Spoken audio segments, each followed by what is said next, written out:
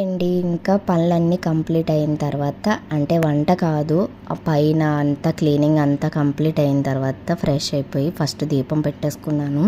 So vegetables ఏమీ లేవు, మా వాళ్ళు లేచిన తర్వాత తెప్పిస్తాము ఆకుకూరలు ఏమైనా పప్పు ఆకుకూర చేద్దామన్నట్టు. కానీ ఫస్ట్ అయితే ఈ పని కంప్లీట్ చేసుకున్నాను. మరీ ఎర్లీ మార్నింగ్ లేపేస్తే పాపం వాడికి నిద్ర సరిపోదు, 11కి లేచాడు కదా అనేసి 7 వరకు వెయిట్ చేశాను. ఇంకా వాడిని లేపి పంపించాను కానీ అసలు ఆకుకూరలు అనేది ఇంకా రాలేదు, లేవు అన్నారట. ఇంకా అందుకే నార్మల్గా ఇంకా చింతపండు వేసి పప్పు చేసేద్దామని ఫస్ట్ అయితే మా వారికి టీ పెట్టేసి ఇచ్చేసి మార్నింగ్ నాది అయిపోయింది. ఎన్నిసార్లు ఇచ్చినా టీ తాగేస్తాను అనమాట. కాకపోతే గ్యాస్ ఫామ్ అవుతుంది, టీ అన్నిసార్లు తాగడం మంచిది కాదు. ఇంకా నార్మల్గా పప్పు పెట్టేసి చింతపండు వేసేద్దాము.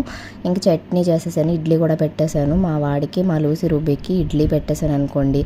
నేను ఏ దోశ వేసుకుంటాను, లేదంటే మాత్రం రాగి పిండి ఉంటుంది, అది కొంచెం కలిపేసుకుని తాగేస్తాను అనమాట. నాకు వేసుకోవాలంటే బ్రేక్ఫాస్ట్ నాకు చాలా బద్ధకము, అందుకే నాకు తినాలనిపించదు. మార్నింగ్ ఏ బ్రేక్ఫాస్ట్ నాకు తినాలనిపించదు, లిక్విడ్ లాంటివి అయితే తాగేస్తాను. సో ఇంకా మా లూసి రూబీ ఇడ్లీ కోసం వెయిట్ చేస్తూ ఉంటాయన్నమాట. నేను పెడతానంతే, మా వాళ్ళు కానీ మా వారు కానీ కలిపేసి పెడతాయి, వాటికి కలిపే డ్యూటీ నాది కాదు.